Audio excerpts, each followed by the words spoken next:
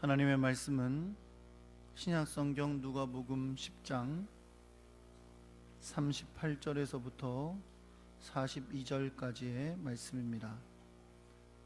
제가 가지고 있는 성경은 신약성경 누가복음 111페이지에 있습니다. 누가복음 10장 38절에서 42절까지 말씀을 함께 교독하겠습니다. 제가 한 절 읽고 여러분 한 절 읽고 마지막 절 같이 읽습니다. 그들이 길 갈 때에 예수께서 한 마을에 들어가심에 마르다라 이름하는 한 여자가 자기 집으로 영접하더라.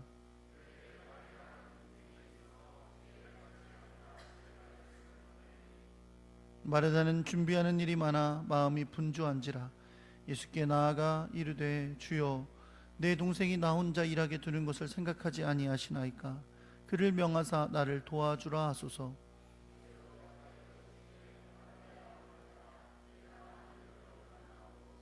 같이 읽습니다. 몇 가지만 하든지 혹은 한 가지만이라도 족하니라. 마리아는 이 좋은 편을 택하였으니 빼앗기지 아니하리라 하시니라. 아멘.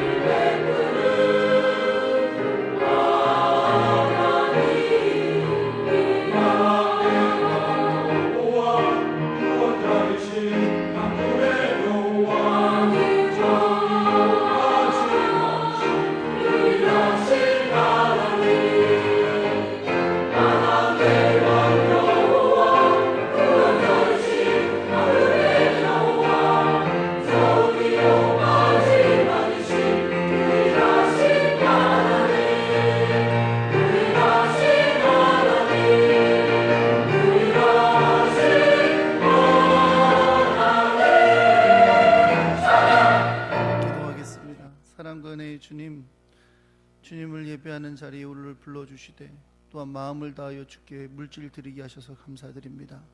손길 손길을 주님 기억하여 주셔서 그 안에 담긴 주를 향한 사랑과 또 교회를 향한 섬김과 사랑의 복을 더하여 주옵소서. 열매가 있는 삶이 되게 해주시고 주님이 기뻐하시는 귀한 일들이 저들의 삶 가운데 일어나게 하여 주옵소서. 세상이 줄 수 없는 평안과 은혜들로 날마다 덧입혀 주옵소서. 주님 앞에 드린 이 예물 주님의 뜻에 따라 사용되게 하시고 하나님 나라의 일을 이루는 그런 물질이 되게 하여 주옵소서. 하나님 말씀을 듣겠습니다. 성령께서 주시는 세밀한 음성 듣도록 우리에게 지혜를 허락하여 주옵소서. 우리 주 예수 그리스도의 이름으로 기도합니다. 아멘. 할렐루야. 옆에 계신 분들하고 인사하겠습니다. 잘 오셨습니다. 사랑합니다.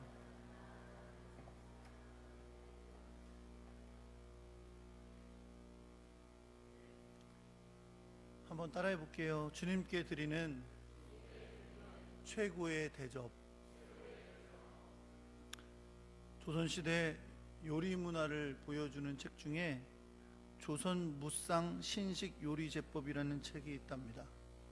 이 책에는 좋은 음식으로 손님을 대접하던 우리 민족의 정신을 보여주는 글이 적혀 있는데요. 이런 글이 있다 그래요. 주인은 마땅히 손님의 마음을 살피어 아무쪼록 손님의 마음에 불편함과 불안함이 생기지 않도록 친절히 하고 또 느긋하게 즐기도록 해 주어야 할 것이요, 손님도 또한 주인의 마음을 괴롭게 하거나 어지럽게 하지 말아서 아무쪼록 주인과 객이 서로 잔치 끝까지 유쾌하고 느긋하도록 하는 것이 제일 중요한 일이다 라고 적혀 있답니다. 우리나라 사람들은 손님을 잘 대접하는 걸 굉장히 중요하게 여겼잖아요. 그렇죠? 그런 문화를 볼 수 있는 글귀인 것 같습니다. 중국인들은요, 손님 대접하는 문화에 또 다른 특징이 있다 그래요. 우리 뭐 중국 분들이 계신데 제가 아는 척을 하는 건 아닌데, 그래서 음식을 준비해도 풍성하게 준비한답니다. 넘치도록 준비를 하고요. 심지어 이런 말도 있다 그래요. 다 중국 사람들이 똑같은 얘기를 하는 건 아니겠지만 이런 말도 있대요. 아내를 팔아서라도 손님을 극진히 대접해야 한다. 그런 말 아세요? 심정자매님 아세요? 몰라요? 예. 중국분 아니신 것 같은데.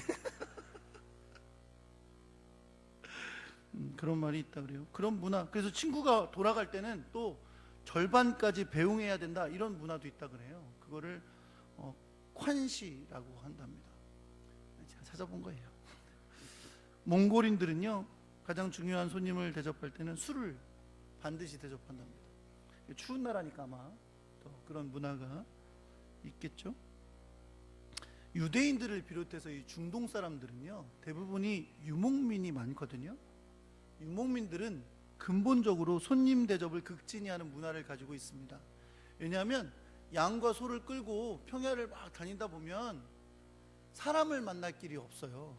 그러니까 거기에다 텐트를 치고 며칠을 지내기도 하고 막 그러는데, 그러니까 이 사람들에게는 어떤 문화가 생겼냐면, 그러다가 우연히 지나가던 나그네를 만나면 너무 반가운 거죠. 사람 구경 못하다가. 그래서 그들을 극진히 대하는 문화가 생겼다고 합니다. 지금도 시나이 반도를 지나가면 그리고 유목민들이 많이 살아요. 그들이 사실은 가끔은 위협스러운 일이 있어서 주의를 요하는데, 그럼에도 불구하고 여전히 그들을 만나면 손님을 대접하는 것을 참 잘하는 사람이라는 걸 느끼게 된다고 합니다. 그래서 성경에도 보면요, 우연히 찾아온 나그네와 같은 손님들을 참으로 잘 대접한 장면을 우리가 성경 가운데 자주 볼 수 있습니다. 뭐 아브라함도 그랬고 롯도 그랬고, 그런 장면이 성경 가운데 있는 것이죠. 이건 뭐 옛날에만 그랬던 것이 아니라 유대인들은 그런 유목민의 문화를 가지고 계속해서 그런 문화 가운데 살아가는 사람들이었습니다.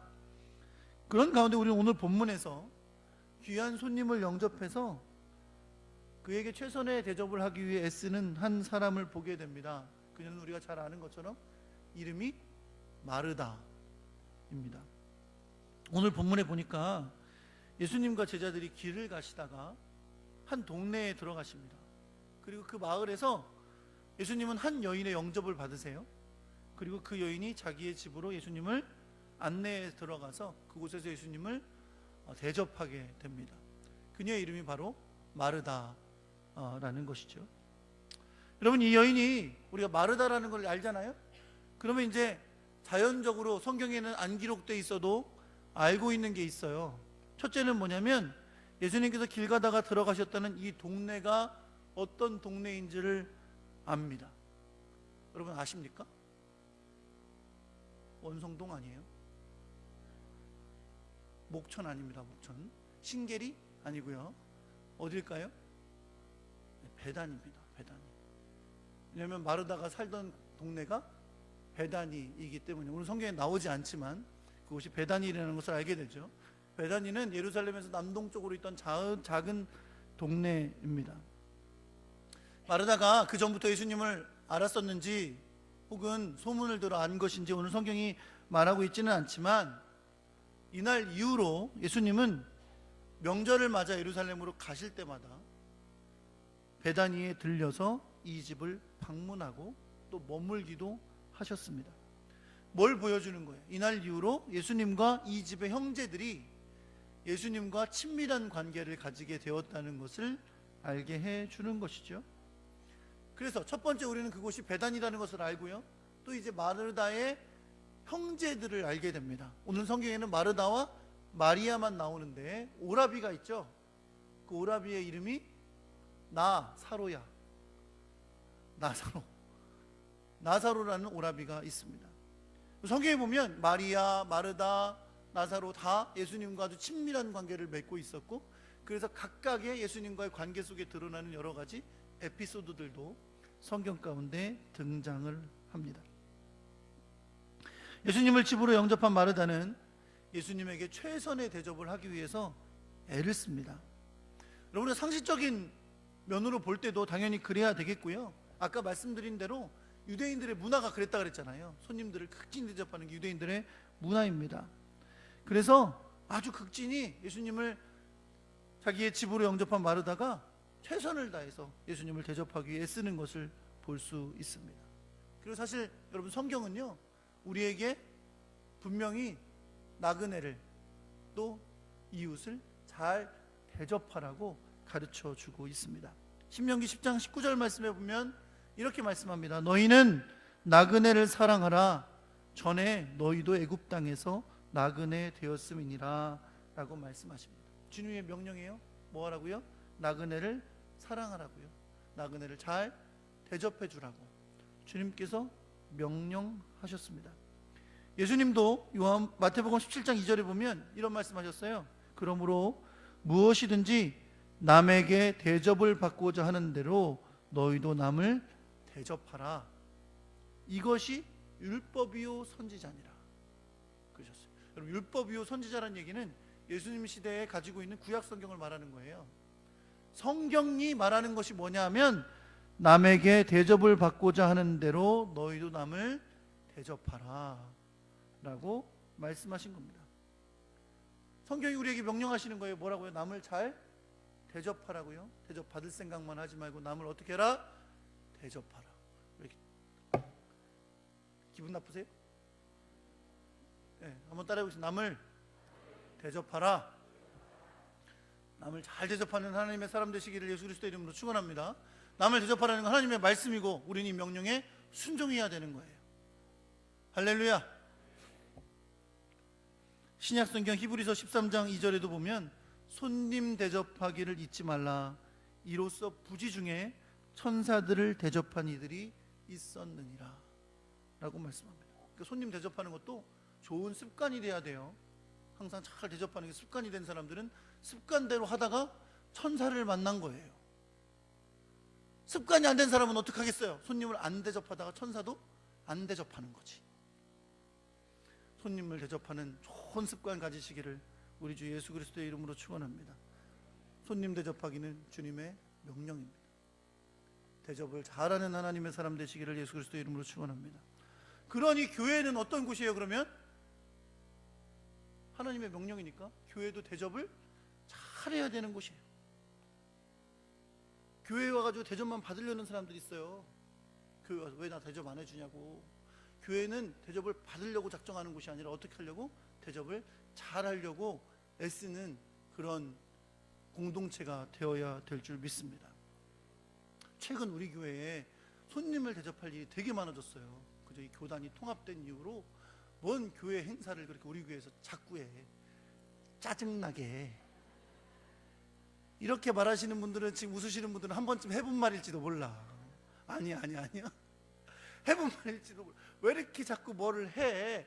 귀찮게 하실지도 몰라요. 그렇죠. 시간도 내야 되고 교회도 재정도 들어가고 여러 가지 신경 쓸 일이 참 많이 있으니까. 그러나 여러분, 감사한 일인 줄 믿으시기 바랍니다.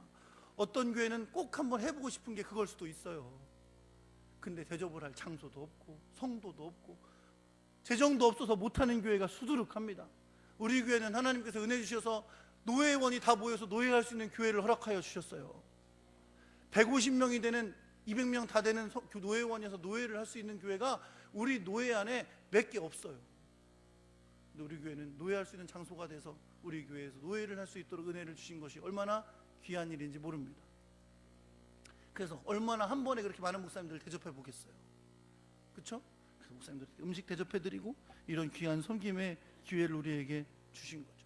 여러분이 지난 노예 때 너무 잘 섬겨 주셔서 목사님들이 얼마나 칭찬을 해 주셨는지 모릅니다. 음식도 맛있고 다 친절하게 대해 주시고 커피도 무료로 뽑아주고 간식도 끊임없이 갖다 주고. 원래 목사님들이요 그냥 앉아서 회의를 하시니까 계속 먹어요. 무슨 집사님들이 막 놀래가지고 목사님 저한테 와가지고 그러세요. 목사님들 왜 이렇게 먹어요? 아니 원래 앉아서 회의를 하면 할 일이 없으니까 계속 먹어요. 그러니까 간식이 굉장히 많이 들어갑니다. 그래도 잘 섬겨주셔서 얼마나 칭찬들을 해 주셨는지 몰라요. 다름에도 이런 기회가 오면 지금보다 더 잘 대접할 수 있기를 간절히 소망합니다. 제가 여러분 천안시 기독교 청년합회 하면서 한 달에 한 번씩 교회들을 이렇게 다니면서 회의를 해요. 근데 가끔 이제 회의를 끝나면 마지막에 다음 회의 장소는 어느 교회입니다. 그리고 나와요. 제가 경험한 거라 얘기하는 거예요. 어느 교회입니다. 라고 나옵니다. 그러면 속으로 생각을 해요. 다음 교회는 그 교회, 그 교회는 정말 잘 섬기는 교회인데. 이런 마음이 드는 교회가 있다 없다? 있어요. 제가 그저께 갔던 교회가 그런 교회, 그저께 갔던 교회가 그 교회에서 회의한다는 게 딱 마음에 드는 게, 그 교회는 딱 가면 주차장에 다 가서 주차장부터 주차해 주시는 분들 쫙 기다리고 있고 본당까지 올라가는 길에 안내원들이 쭉 서 있어요. 좀 부담될 정도로 서 있어요. 빨간 옷 입고 그렇게 서 있어요. 근데 확 와가지고 귀찮게 왜 저렇게 그렇게 하지 않아요. 목사님 참 성도들이 나와서 어려울 텐데 귀찮을 텐데 잘 섬긴다 라고 기도해 주고 축복해 주지. 그러지 않겠습니까? 하나님의 뜻입니다. 하나님이 기뻐하시는 것, 손님을 잘 대접하는 것인 줄 믿으시기 바랍니다. 그래서 교회는 손님을 잘 대접할 수 있는 그런 교회가 되어야 합니다. 여러분, 이런 말씀을 고려해 보면 마르다가 예수님을 영접해서 예수님께 최선의 대접을 하기 위해 애쓰고 있는 것, 이것을 잘못했다고 말할 수 있어요? 그걸 잘못했다고 말하기는 상당히 어렵습니다. 성경이 손님을 잘 대접하라고 말씀하고 있기 때문이죠. 예수님께 최선을 다한 대접을 하는 것을 옳지 않다, 왜 나를 대접하냐, 대접하는 거 하지 마 라고 예수님이 말씀하신 적도 없습니다. 그러니 그걸 지적하고자 하는 것이 오늘 본문의 핵심이 아니에요. 오히려 오늘 본문에서 주님이 보여주시고자 하시는 장면은 마리아의 모습입니다. 왜냐하면 마리아는 예수님이 보시기에 좋은 편을 택한 사람이었기 때문입니다.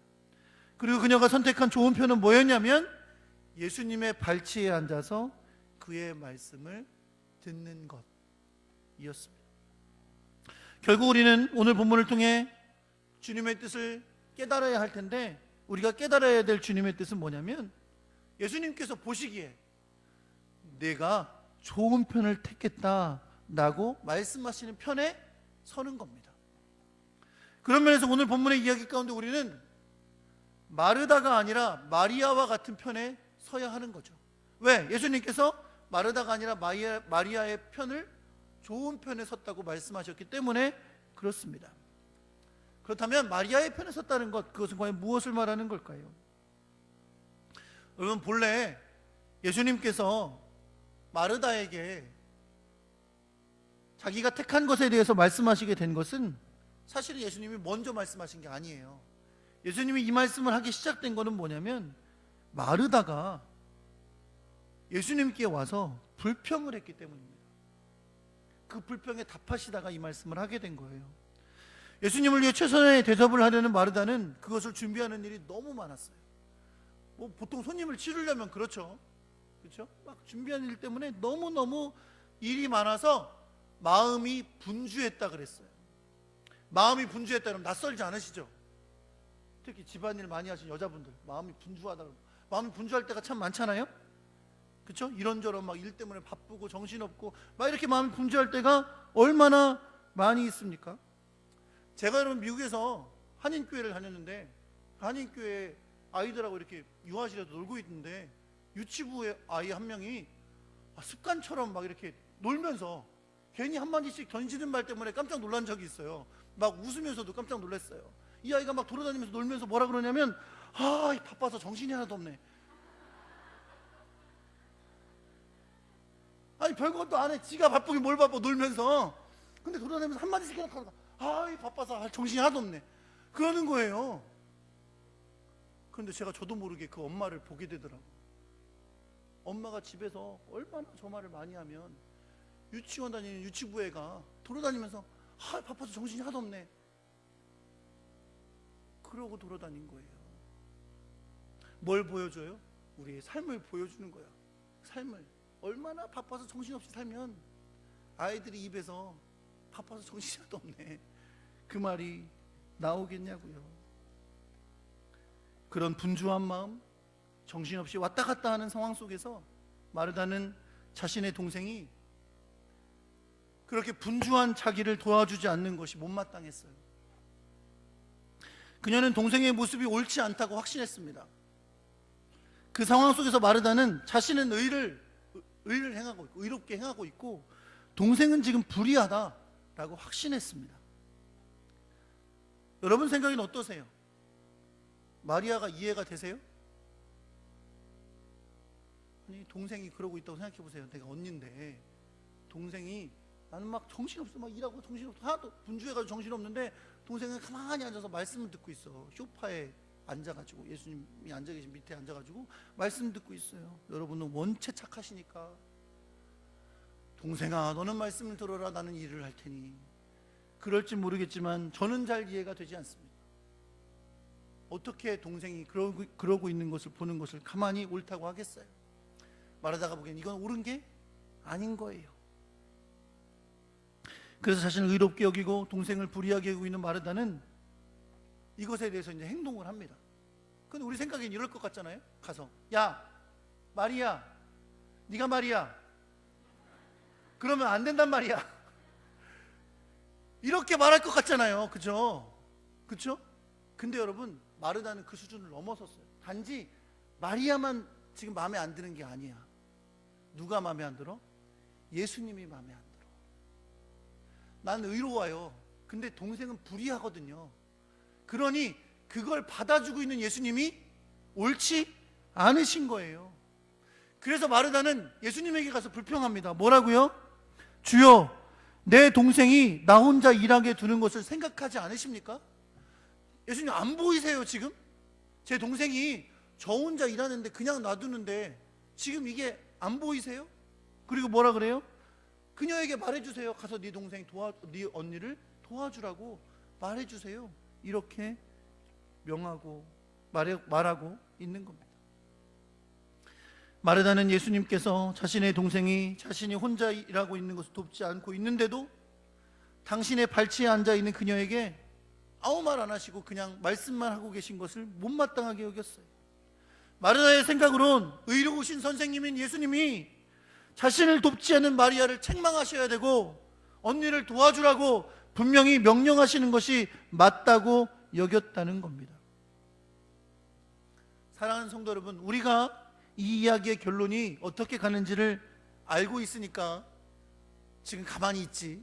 만약에 이 결론을 알지 못한다면 결코 마리아의 말이 마르다의 말이 틀리다고 할 수가 없어요. 상식적인 면에서나 윤리적인 면에서나 그리고 감정적인 면에서나 열받았으니까 감정적인 면에서나 육체적인 면에서 나 혼자 힘드니까 육체적인 면에서 모두 마르다가 옳다고 할 수 있습니다. 그렇죠? 혼자만 힘들고 혼자만 어렵고 그렇지 않습니까? 우리의 입장이라도 충분히 마르다처럼 행동하고 마르다처럼 말할 수 있었을 것입니다. 그걸 누가 뭐라 그래요? 누가 그걸 탓하겠어요? 오히려 그렇게 말하지 않으면 아유, 저 사람은 바보 같아. 동생 저러고 있는데 아무 말도 안 하고 자기만 혼자 일하고 있어. 그렇게 오히려 어리석게 여겼겠죠. 옳다 생각하는 일에는 분주함 속에서도 열심히 일하지만 자신과 같지 않게 행동하는 사람을 정죄하는 것, 그것이 우리의 모습이기 때문에 그렇습니다. 그러나 여러분, 예수님은 달랐습니다. 그 예수님께서 오늘 본문에서 마르다에게 하신 말씀이 오늘 우리가 매우 분명하게 깨달아야 될 중요한 메시지입니다. 사랑하는 성도 여러분, 41절의 말씀에 예수님께서 마르다에게 하시는 대답을 이렇게 기록합니다. 예수께서 말씀하여 이르시되 라고 기록하지 않고 주께서 대답하여 이르시되 라고 기록합니다. 이것은 마르다가 예수님께 마리아를 책망하고 나를 도와달라고 말할 때 예수님을 주여 라고 부른 것을 주목하게 합니다. 여러분, 이런 겁니다. 마르다는 입으로는 예수님을 주님, 나의 주인이시고 나는 당신의 종입니다 라고 하면서 주님이라고 부르지만 그 주님이 바라시는 참된 대접이 무엇인지를 알지 못하고 있는 거예요. 예수님은 두 번이나 마르다를 부르십니다. 마르다야, 마르다야. 성경에서 여러분, 예수님이 누구를 부르실 때 두 번 부르잖아요. 그럼 대부분 그 의미가 어떤 의미냐면 안타깝고 불쌍하게 여기시는 거예요. 지금 예수님은 마르다를 부르시는데요, 마르다를 불쌍하게 여기시면서 부르세요. 마르다야, 마르다야 라고 안타깝게 여기시며 부르십니다. 왜 예수님이 그녀를 안타깝게 보셨을까요? 예수님의 말씀에 나옵니다. 왜냐하면 그녀가 정말 많은 일로 염려하고 근심하고 있었기 때문이에요. 예수님은 마르다를 안타까운 심정으로 두 번 부르신 다음에 그녀에게 이렇게 말씀하십니다. 마르다야, 내가 많은 일로 염려하고 근심하지만 몇 가지만 하든가 아니면 한 가지만 해도 족한 거다 라고 말씀하세요. 예수님은 비록 마르다가 손님을 대접하기 위해 애쓰는 것을 아셨습니다. 그러나 그녀의 모습을 어떻게 평가하시냐면 내가 많은 일로 염려하고 근심하는 모습으로 이야기하신 거예요. 어찌 보면 그 염려와 근심이 마리아와 예수님을 향한 불평으로 드러났음을 예수님이 아시고 계신 겁니다. 예수님은 그런 염려와 근심으로 말미암아 그녀가 하는 일이 설령 예수님을 잘 대접하고자 하는 것이었을지라도 그것을 옳게 여기지 않으시는 거예요. 왜요? 셀 수 없는 근심과 염려가 그녀를 사로잡고 있기 때문에 그렇습니다. 그러면서 예수님은 그것 때문에 근심하고 염려하는 것에 네 마음 빼앗기지 말고 차라리 좋은 편을 택해라, 우선적인 것 택해라 라고 말씀하고 계신 겁니다. 그리고 옆에 앉아있는 좋은 것을 택했던 한 사람을 소개해 주시는 거죠. 뭐라고요? 마리아는 이 좋은 편을 택하였으니 빼앗기지 아니하리라. 예수님은 결코 마르다의 요청을 들어서 마리아를 책망하면서 말씀을 듣지 말고 가서 네 언니 도와주라고 말씀하시지 않았습니다. 오히려 예수님은 마리아는 지금 택한 이것을 빼앗기지 않을 거다. 왜? 그녀가 좋은 것을 택했으니까 라고 말씀하고 계시는 거예요. 이제 말씀을 정리하면서 우리 신앙생활의 중요한 원리를 찾아보려고 합니다. 사랑하는 성도 여러분, 앞서 말씀드린 것처럼 오늘 본문은 손님을 열심히 최선을 다해 대접하려 했던 마르다의 섬김의 행위가 틀렸다, 그거는 하나님이 기뻐하시니 아니다 라고 말하는 것이 아닙니다. 예수님은 지금 마르다에게 뭘 지적하시는 거냐면 분주함으로 바빠서 근심과 염려에 쌓여 있는 것을 지적하고 계신 거예요. 왜냐하면 그 근심과 걱정 때문에 예수님에게도 불평이 나오고 동생에게도 불평이 나왔기 때문이에요. 예수님을 주님이라고 부르면서 예수님의 말씀을 듣는 것보다 예수님, 내 동생에게 이 말씀 해주세요, 내가 의롭고 동생은 불의한데 예수님 저렇게 말씀해 주세요 라고 요구하는 모습을 오히려 보였다는 거예요. 분주하여 근심하는 것을 내려놓고 가장 좋은 것 택해라. 예수님이 하나님이 기뻐하실 우선적인 것을 택해라 라고 주님은 마르다에게 가르쳐주고 계신 겁니다. 예수님을 주님이라고 부르면서도 주님의 말씀을 듣기보다 주님에게 내가 원하는 것을 동생에게 말씀해 주십시오 라고 요구했던 그녀에게 그 분주함과 근심을 내려놓으라고 말씀하고 계신 거예요. 그러시고는 저 눈치도 없고 미련스러워 보이지만 다 제껴놓고 그날 그 집에 찾아오신 예수님의 발치에 앉아 그분의 말씀을 듣고 있었던 마리아의 선택을 옳다고, 그가 제일 좋은 걸 택했다고 말씀하고 계신 겁니다. 말씀을 마칠 겁니다. 두 가지로 적용하면서 오늘 말씀 마무리하려고 해요. 첫째, 사랑하는 성도 여러분, 여태까지 주무셨더라도 지금부터라도 잘 들으세요. 삶의 분주함과 그 분주함으로부터 오는 근심을 내려놓기 위해서 여러분, 우리에게 우선적인 것이 무언가를 택할 줄 알아야 될 줄 믿습니다. 우리가 먼저 택하고 해야 될 것을 알고 그렇게 행해야 된다는 말이에요. 뭘 먼저 택해야 될까요? 성경은 여러분, 우리가 우리의 분주함과 근심과 염려를 내려놓기 위해서 먼저 택해야 할 일을 분명히 우리에게 가르쳐 주십니다. 마태복음 6장에 보면 이런 말씀이 있어요. 예수님이 이렇게 말씀하십니다. 너희가 목숨을 위해 무엇을 먹을까? 무엇을 마실까? 몸을 위하여 무엇을 입을까? 염려하지 마라. 이거 다 이방인들이 구하는 거다. 여러분, 뭐 먹을까? 뭐 마실까? 뭐 입을까? 그것 때문에 분주하잖아요. 뭘 더 얻을까?